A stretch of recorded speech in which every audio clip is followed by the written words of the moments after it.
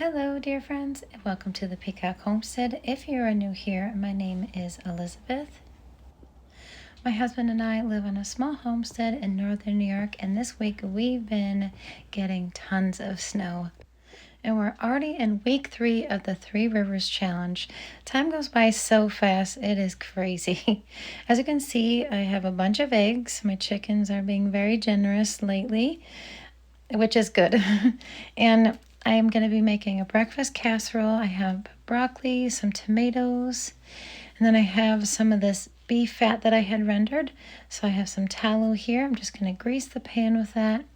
And then I'm going to add some garlic and onions as well, and then a few spices. So you can't really go wrong with a breakfast casserole. If you have protein in the fridge, you can add that on the bottom. I usually add potatoes if I have mashed, or maybe even if you had tater tots or some rice, that would be amazing in there. But I didn't have any of those things in the fridge. I'm just using the things that I got. I have some eggs, broccoli. I could have put some sausage in there, but I'd have to cook that up because that was in the freezer. Then I have this brown sugar bourbon spice that I got a while ago, and I'm just going to be adding that to the mix with some pepper and salt. This could be a quick and easy breakfast or dinner or even lunch. You can have this any time of day, and it's super nutritious and very filling, so it will fill bellies, that is for sure. And of course, I can't forget the cheese. I was going to grab me some of my traditional cheddar, and I'm going to be adding that in the mix for extra flavor. And I love cheese on my breakfast casseroles. It just adds that little bit of flavor that you are looking for. And I usually cook my breakfast casserole at 350 degrees Fahrenheit. I'll cook it for a good at least 50 minutes, and then I'll just keep adding a few minutes on, and I'll keep checking it. And you just got to stick a knife or a fork in it and just make sure it comes out clean. And you can do the wobble test. That always works really good for me. So I got some of the eggs used up, a little bit of the cheese used up. We have some onions, and then I had some of my broccoli that I had in the freezer, and then a few tomatoes. So that actually took care of a bunch of stuff, and we made a whole new meal with it, and I love doing that. And this turned out absolutely delicious.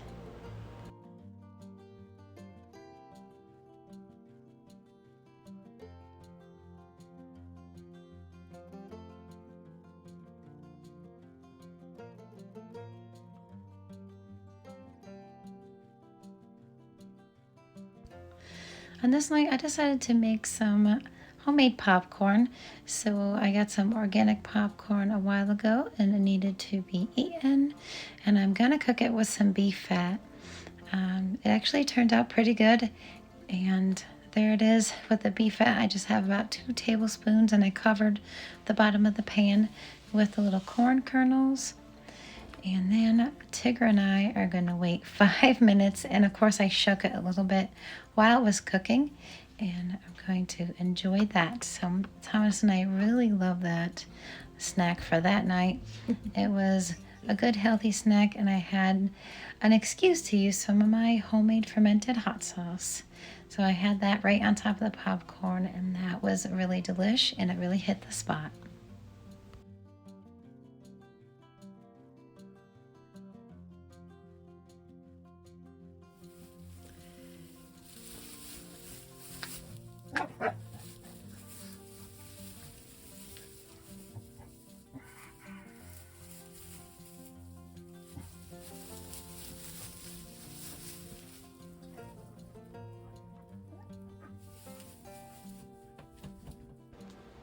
On this night, I decided to make a homemade potato soup. I have some potatoes that needed to be used up from when we went to the Amish food auction. I have some collard greens here and 2 quarts of chicken bone broth. And of course, I'm going to be adding some onions and garlic. So I'm going to peel these up. Some of them are going bad, and some of them were looking pretty good.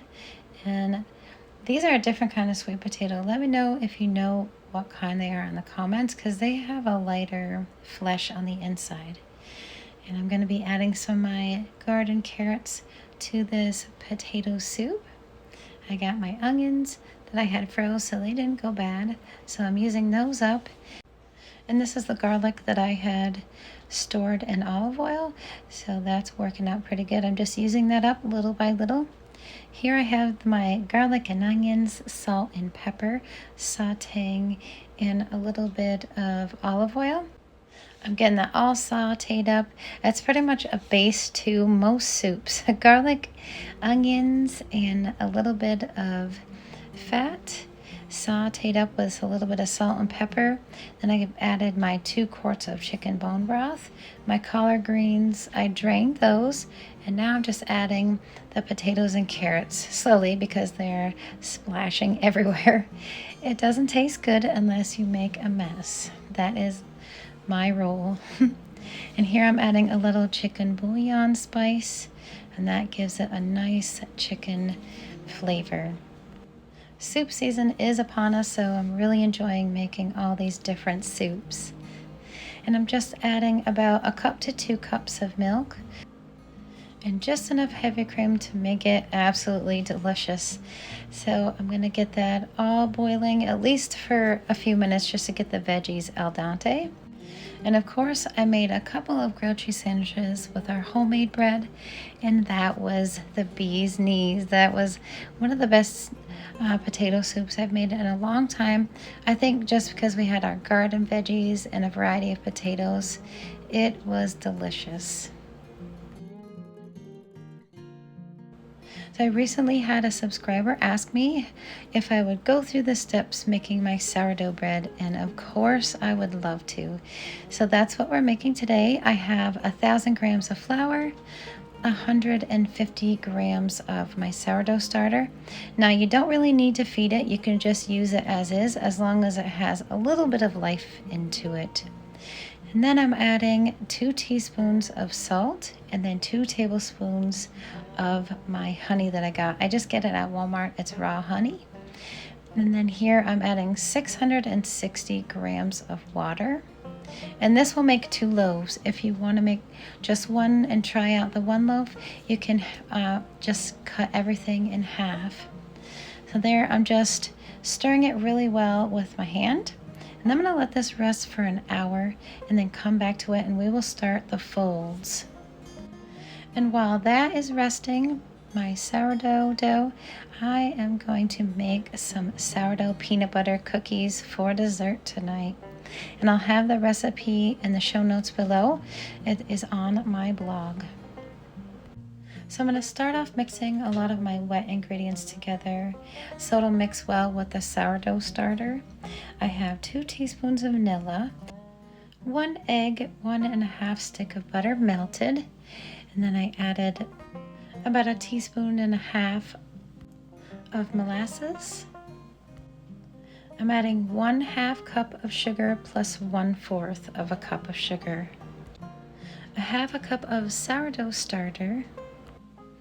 And then you'll need 1 teaspoon of baking soda and 1 teaspoon of salt. And don't forget the peanut butter. So you can use sun butter or peanut butter. I really love the way they come out when I use sun butter. But right now I'm just using what I got, and I'm using my peanut butter that I got at Walmart. I bought a bigger jug a long time ago, so I need to use it up. I'm at the bottom of the barrel. And then the last thing that we're going to add is 2 cups of all-purpose flour, giving it 1 more stir, and then I'm going to store it in the fridge, and we will come back to that and bake the cookies when they are chilled. You could actually make this dough ahead of time and then chill it in the freezer. I would suggest making little balls and then freeze it so it'd be even more accessible and convenient. And you don't really have to stick to all-purpose flour. It just makes fluffier cookies. You can use whole wheat or just do half and half. That would make it really delicious as well. So I'm going to get this all mixed up and get it chilling in the fridge for about an hour, just enough so I can roll out those balls and then they will fluff right up. So if I were to just do it right now, they would be flat cookies, but I like them with a little puff to them. It makes it more manageable and easier to eat. So this will be my first fold. I'm just taking the dough, stretching it, and bringing it back on itself a few times, and then I'm going to cover that up, and then we are going to do another fold. So I'm doing the second fold right now. I waited about an hour between folds, and I do it about 3 times. And then as soon as that's done, I'm going to let that sit until the next day, or a good 10 to 12 hours. And then it will have a second rise for about 6 hours, and then it'll be ready to bake. It takes quite a while to make sourdough, but once you get the hang of it and get in the groove, you'll definitely find yourself making more than just sourdough bread with it. I know I did. I started by making pancakes from scratch, and then I did English muffins, and it just went on. And now I'm making cookies with it and so much more. Having the sourdough starter in my fridge is like having money in the bank. I can make any different meal that I want to that has sourdough starter in, and all I have to do is keep it alive by feeding it once a week and just keeping it active. These turned out so delicious. They taste like little peanut butter pillows. And you can store these in the freezer if you can't eat them all. I usually, if I make a double batch or something, I'll put half in the freezer and then take them out for another day.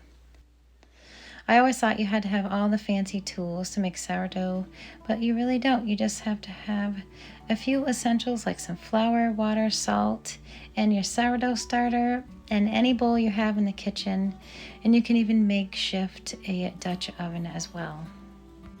I've actually seen people use turkey pans. As long as you have a cover for it, you're all set. And I'm just going to roll that in and plop it in there with the soft surface up. That's just how I like to do it. It just makes it easier for me. And I'm going to let that rise for a good 6 hours. And then we'll get our Dutch oven preheated and the bread in the oven. Now on this night, I had seasoned some chicken thighs. I got a jar of peach salsa from 2024. And then I also have some of that bourbon brown sugar spice. I'm going to be using that. That's what I got all over the chicken, and some olive oil. And then I'm just going to pour that on there. I made it chunky this time. This year I made my peach salsa more of a restaurant style, and I can't wait to use that up. But I needed to use the 2024 jars up first. I gotta be good. And then I actually have a can of black beans from 23, and they were really delicious. They stayed good in the jar. I made sure to do the sniff test and everything. They're perfect. We're gonna have black beans rice with this peach salsa chicken, and I had some garlic scapes in the freezer. I just added to my black beans, and that was so delicious. I added a little salt and pepper. So we're just gonna layer the beans on top of the rice and get that served, and it was so good. We'll be having this on the menu for another night.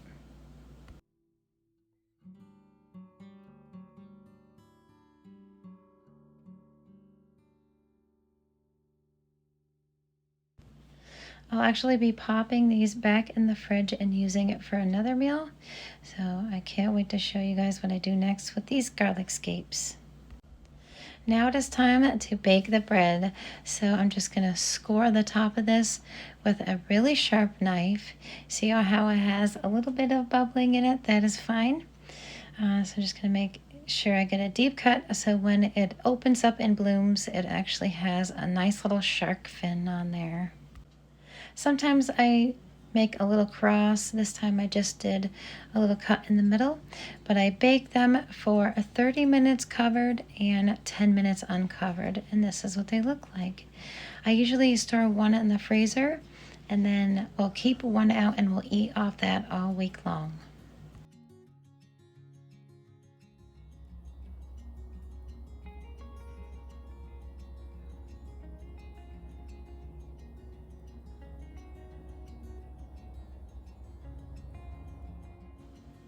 On this night, I decided to make a cottage pie, and instead of mashed potatoes, I'm going to be using this butternut squash. So I got that split in half. I'm just going to pop it in the oven and bake it for a good hour. And then I always like to add corn to a cottage pie, and I'm gonna brown some hamburger, and I also have the rest of these garlic scapes. So that's gonna go perfect with this cottage pie. I've noticed that squash tastes really good with the cottage pie, as well as mashed potatoes. And I've also used sweet potatoes before. Those were super delicious on the cottage pie. What I also love about these dishes, this quick casserole dish, is that you can store it and pop it in the freezer and just take it out for a later time on your busy work week or whatnot, and you just don't feel like making a from scratch homemade meal because you secretly have it stored in the freezer ready to go. Okay, so I'm just going to add a half a stick of butter, a little bit of salt and pepper. I think the butternut squash are all finished baking. They're nice and soft, so I'm just doing the fork test there. And the skin came off perfect. I love it when it does that. So I have it all pureed up with a little bit of milk and salt and pepper. And I'm adding that right to the top. And then I'm just going to bake this at 350 degrees for a good 45 to 50 minutes.